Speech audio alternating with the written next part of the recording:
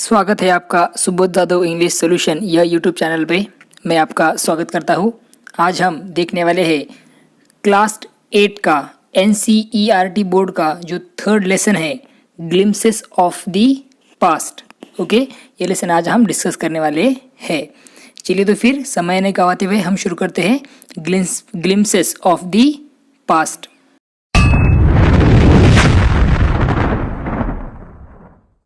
Glimpses of the past, यह जो part है यह हमें चित्रों के द्वारा 1757 से लेकर 1857 तक भारत के इतिहास के बारे में बताता है। हमें उन परिस्थितियों की जानकारी मिलती है जिन्होंने 1857 के प्रथम स्वतंत्रता संग्राम की भूमिका तैयार की। देशवासियों ने बहुत बड़ी संख्या में भारत की स्वतंत्रता के लिए अपना बलिदान दिया। यह हम इस लेसन में देखने वाले हैं। 1757 टू 1857 तक क्या हुआ वो हम देखेंगे। अभी देखिए अभी क्या दिया है। बिफोर यू रीड करने से पहले कुछ इंफॉर्मेशन दी है। Here are some pictorial glimpses of the history of our country from 1757 to 1857। यहाँ 1757 से 1857 तक के हमारे इतिहास के कुछ सचित्र झलकियाँ दी गई है। This pictures and speech bubbles will help clarify your understanding of the conditions that led to the event known as the first war of independence in 1857।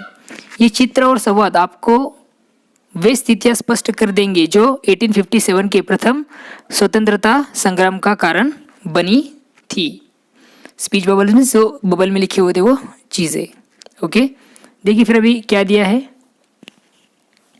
The martyrs means जिसे हम कहते हैं शहीद, one who sacrifice their life for a certain cause at a function in Delhi।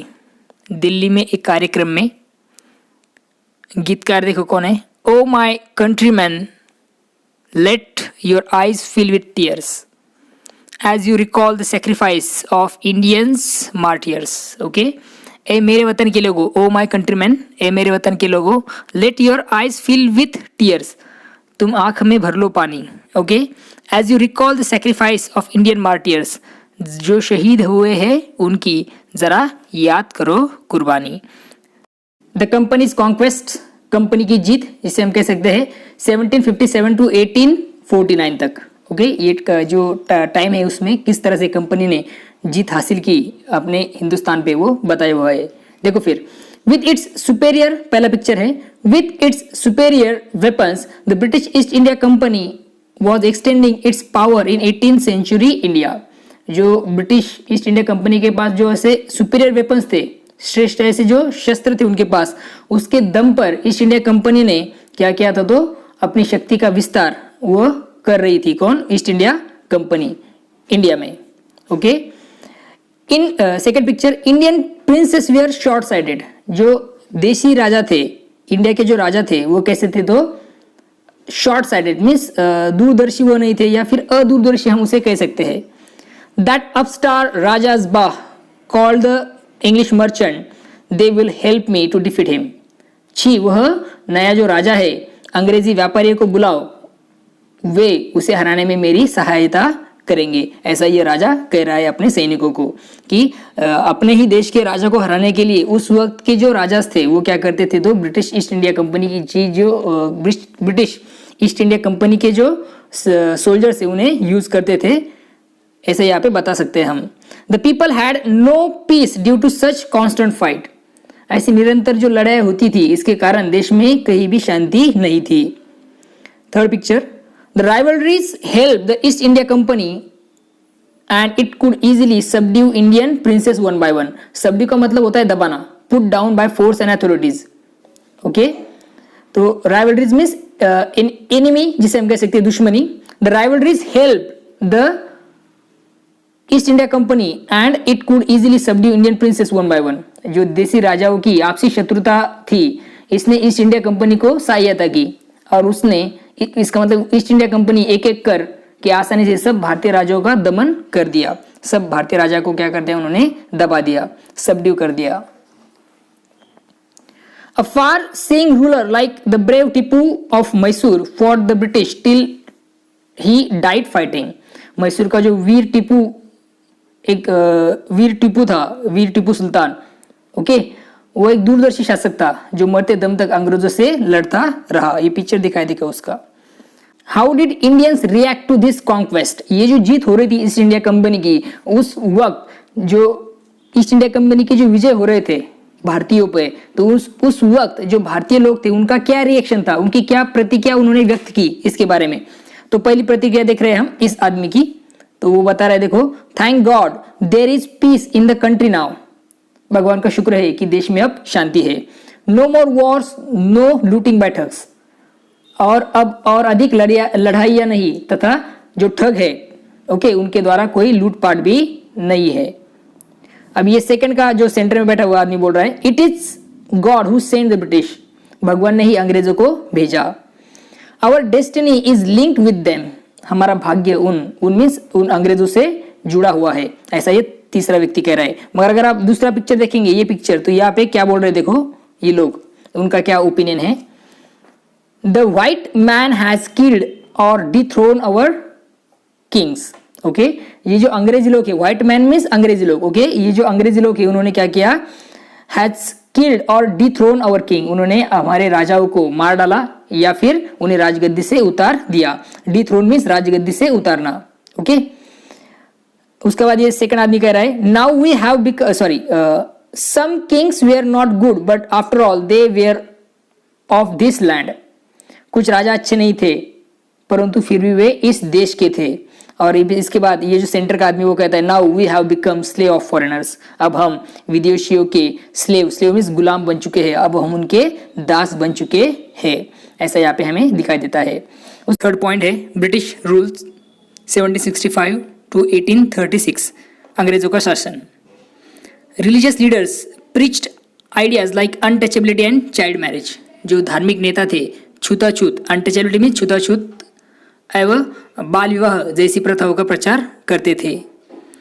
Anyone who cross the sea loses his religion, अभी ये जो religious leader है वो कहता है कि कोई भी जो समुद्र पार जाता है वो अपना धर्म खो देता है। अभी दूसरा क्या कह रहा है, देखो, all the misery in the world is due to women, संसार के सभी दुख महिलाओं के कारण है। अभी ये नेक्स्ट का पिक्चर देखो, यहाँ पे अंग्रेज जो है वो बातचीत कर रहे हैं और एक इंडियन जो इंसान है वो खड़ा हुआ है, देखो एक आदमी खड़ा हुआ है हाथ जोड़े हुए। तो इसका पहले पिक्चर का मतलब समझेंगे।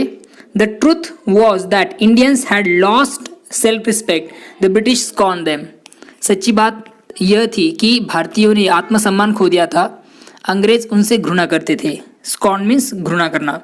अभी अंग्रेज दूसरे अंग्रेज से कह रहे हैं, देखो, the natives are unworthy of trust, incapable of honesty, यहाँ के जो मूल निवासी है, नेटिव जो लोग हैं मूल निवासी, न तो विश्वास के योग्य है और न ही ईमानदार है। उसके बाद है अभी अंग्रेज जो इंडियन है भारतीय, वो क्या कहते हैं, देखो, true your honour but I am honest, ये सत्य है मान्यवर परंतु मैं ईमानदार हूँ। अभी नेक्स्ट का पिक्चर देखो क्या है, एक भारतीय जो बातचीत कर रहा है, भारतीय और अंग्रेज जो व्यापारी उनमें बातचीत हो रही है, तो उसका पहले मतलब समझेंगे। क्या दिया है देखो, being merchants the British wanted quick profits, their heavy taxes force farmers to abandon their fields, व्यापारी होने के कारण, ओके, अंग्रेज तुरंत लाभ चाहते थे, they wanted quick profit, okay, उनके भारी करों के कारण जो किसान अपनी ज़मीन छोड़ने को बाध्य हो गए थे, उनको ज़मीन छोड़नी पड़ रही थी, अबैंडन में छोड़ना, फील्ड में ज़मीन, क्यों, तो बहुत ज़्यादा हेवी टैक्सेस कौन लगाता था, तो ब्रिटिश मर्चेंट लगाते थे। अभी ब्रिटिश मर्चेंट क्या कह रहे हैं, देखो, you are still in arrear, if you don't pay next week I will send you to jail, तुम्हारे जिम्मे अभी भी कर है, एरियर्स मीन्स कर देना तुम्हारा अभी भी बाकी है। If you don't pay next week, अगर तुम अगली सप्ताह तक नहीं चुकाते, I will send you to jail, मैं तुम्हें जेल में भिजवा दूंगा। अभी जो इंडियन किसान है वो क्या कहते हैं, देखो, but your man are taking all my crops, परंतु तुम्हारे आदमी मेरी सारी फसल ले रहे हैं, तुम्हारे जो आदमी है वो सब मेरी फसल ले रहे हैं। अभी देखो एक अंग्रेज क्या कह रहा है दूसरे से, the good manufactured in England should not have any import duty when brought into India, England में जो निर्मित वस्तु है उनको भारत आने पर आयात कर नहीं लगाना चाहिए, ऐसा वो सोच रहा है। तो दो अंग्रेजों में से एक कह रहा है, अ गुड आइडिया, उसने कहा एक अच्छा विचार। तो इसका ये जो इसका अर्थ क्या होता है देखो इस चीज़ का, तो East India Company's law began to cripple Indian industries.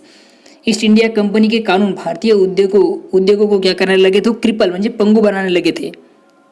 Okay, उसके बाद है inevitably famine followed between 1822 and 1836 15 lakh Indian died of starvation.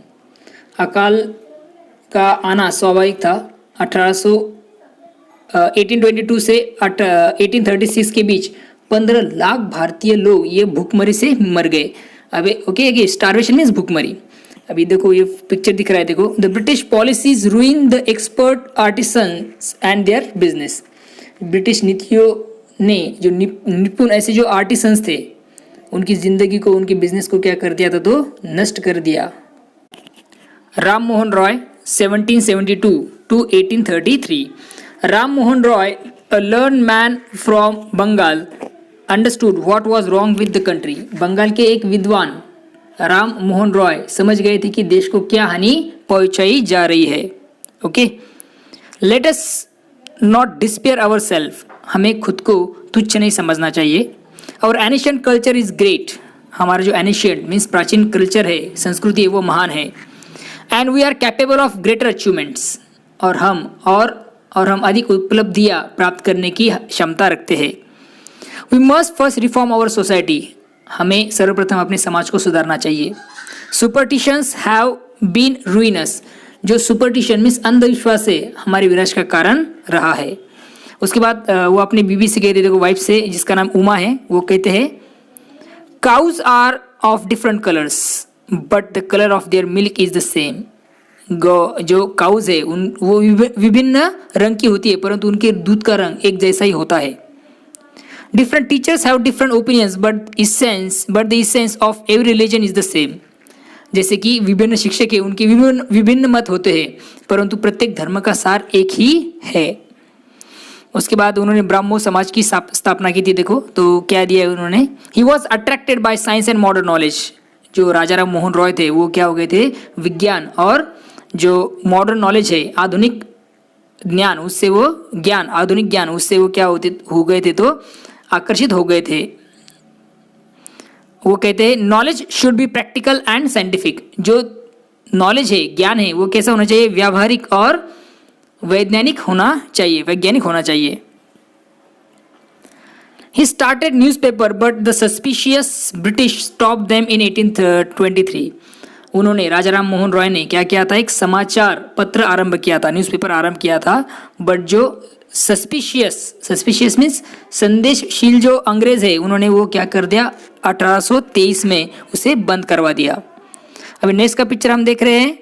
He crossed the sea and went to England to see what made the British powerful। उन्होंने क्या किया, तो समुद्र पार करके वो इंग्लैंड गए और वहाँ पे जाके उन्होंने देखा कि ऐसी क्या चीज़ है जिसकी वजह से ब्रिटिश क्या हुए, तो पावरफुल हो गए हैं, शक्तिशाली उनको बनाया गया। तो ऐसी क्या चीज़ है, वो देखने वहाँ पर गए। देयर ही टोल्ड देम, वहाँ पर जाके उन्होंने अंग्रेजों को बताया। क्या बताया, देखो, we accept you as rulers and you must accept us as subjects. हम तुम्हें शासक स्वीकार करते हैं और तुम्हें भी हमें प्रजा स्वीकार करना चाहिए। सब्जेक्ट्स का मतलब होता है प्रजा। But you must remember the responsibility a ruler ओज हिज सब्जेक्ट्स। परंतु तुम्हें याद रखना चाहिए कि शासक का अपनी प्रजा के प्रति क्या उत्तरदायित्व होता है। ओके, तो उसके बाद पॉइंट देखो, ऑपरेशंस को हम कहते हैं जुल्म या अत्याचार। 1765 to 1835 तक ये ड्यूरेशन में क्या अत्याचार जुल्म किए अंग्रेजों ने, ये यहाँ पे दिखाया है। देखो, but the British continue to oppress Indians.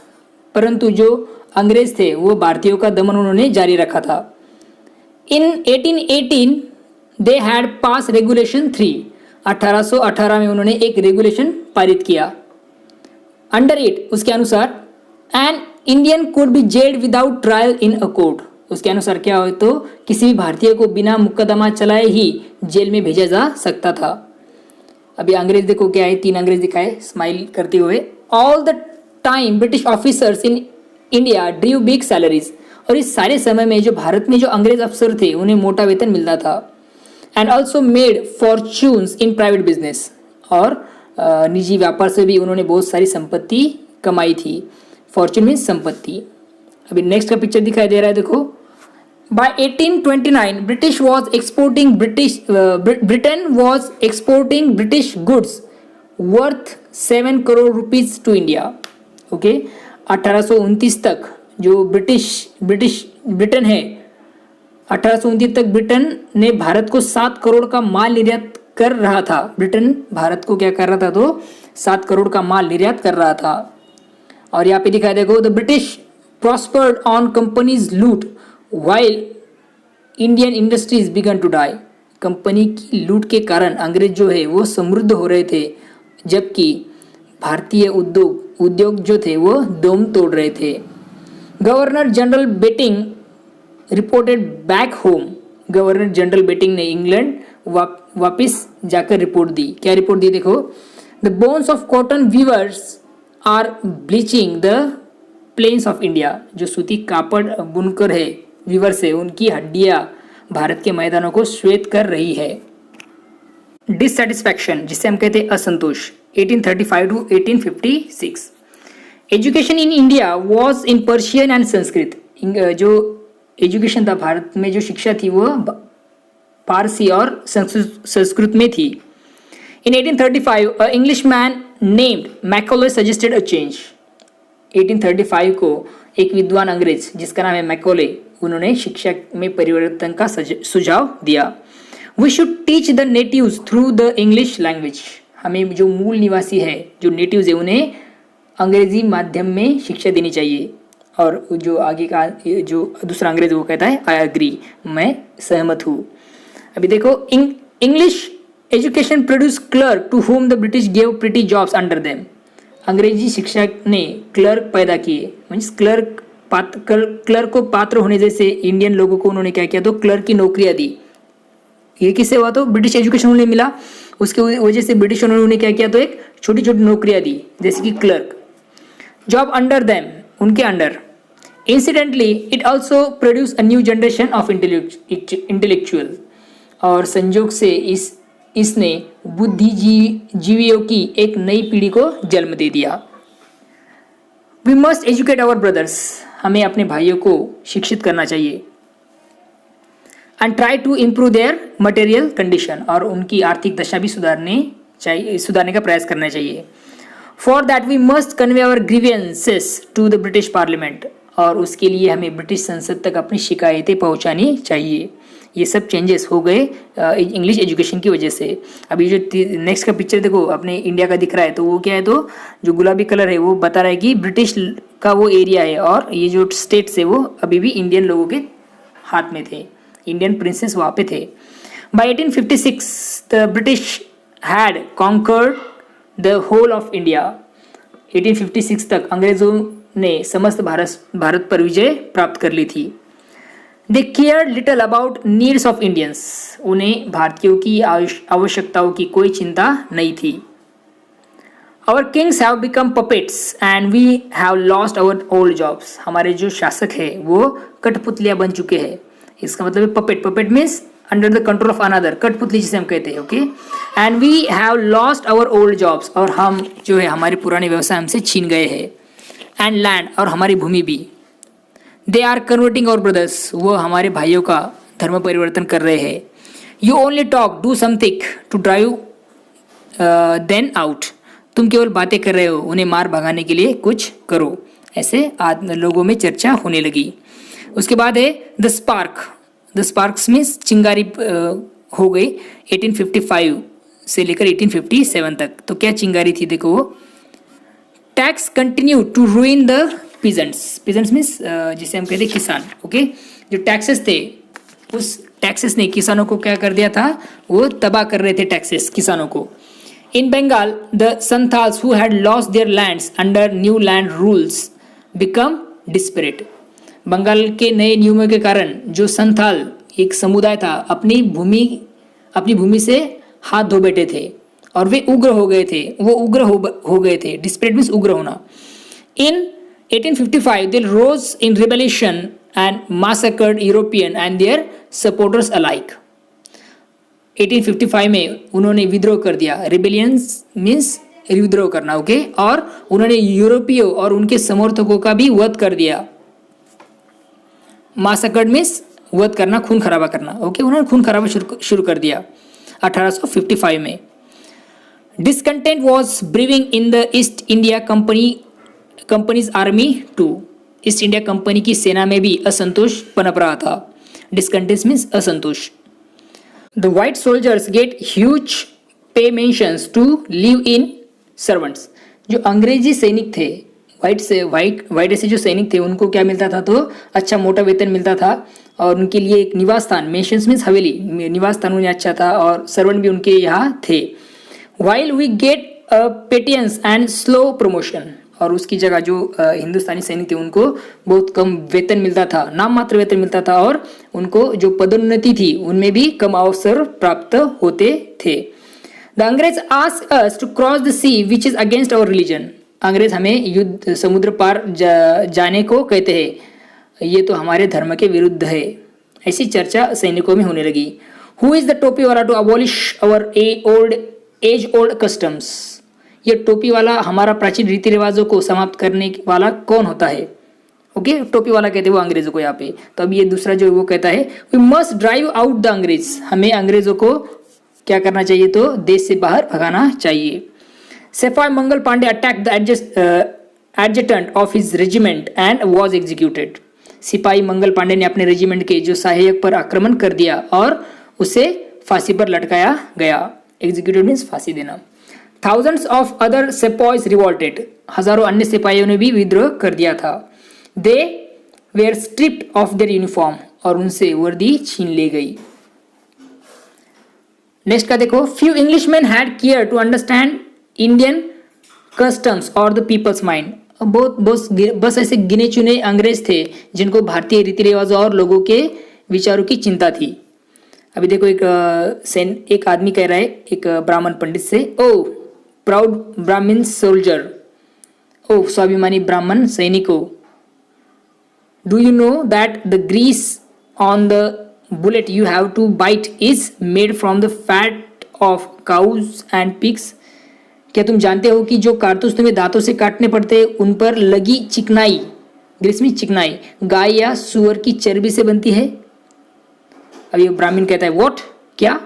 अभी मुस्लिम सोल्जर कह रहा है the white man has deceived to us. अंग्रेजों ने हमें धोखा दिया है।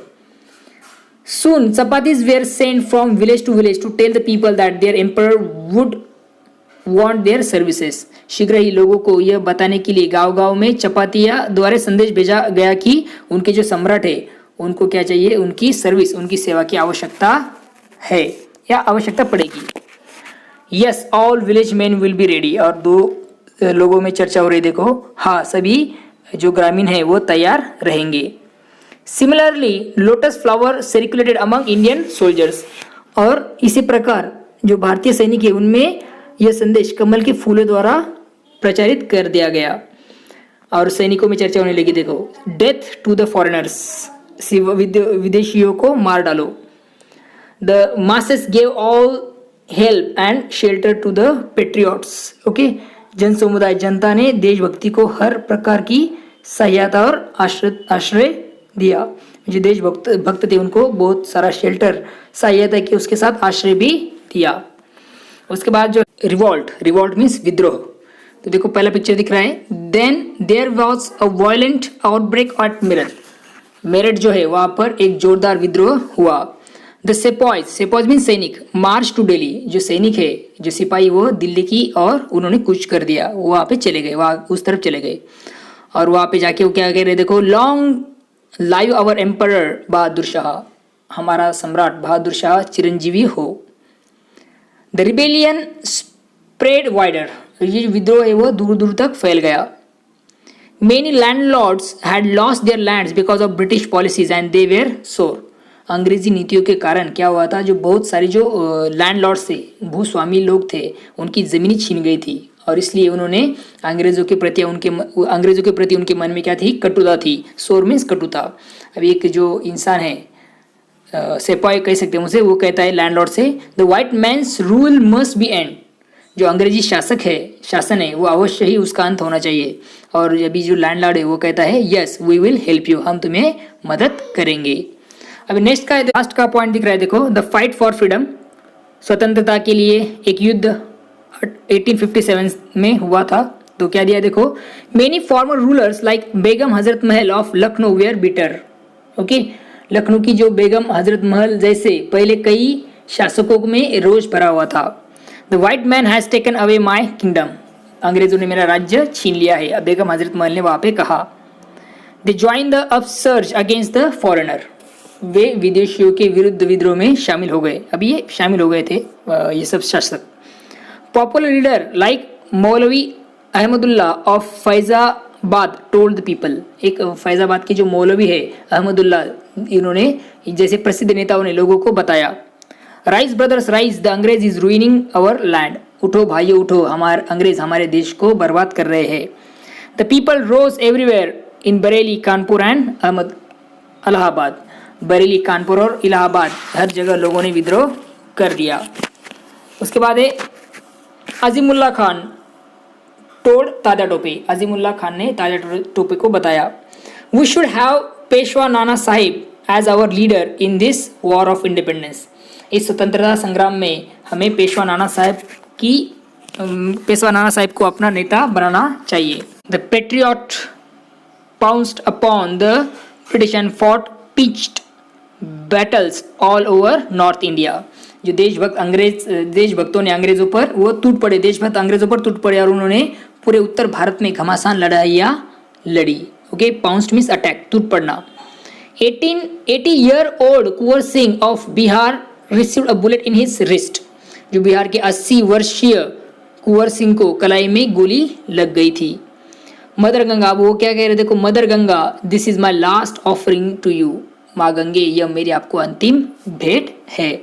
और ये लिया गया है देखो फ्रॉम आवर फ्रीडम मूवमेंट, इससे जिसको लिखा है SD सावंत इन्होंने। ओके, यहाँ पे ये लेसन खत्म हो जाता है।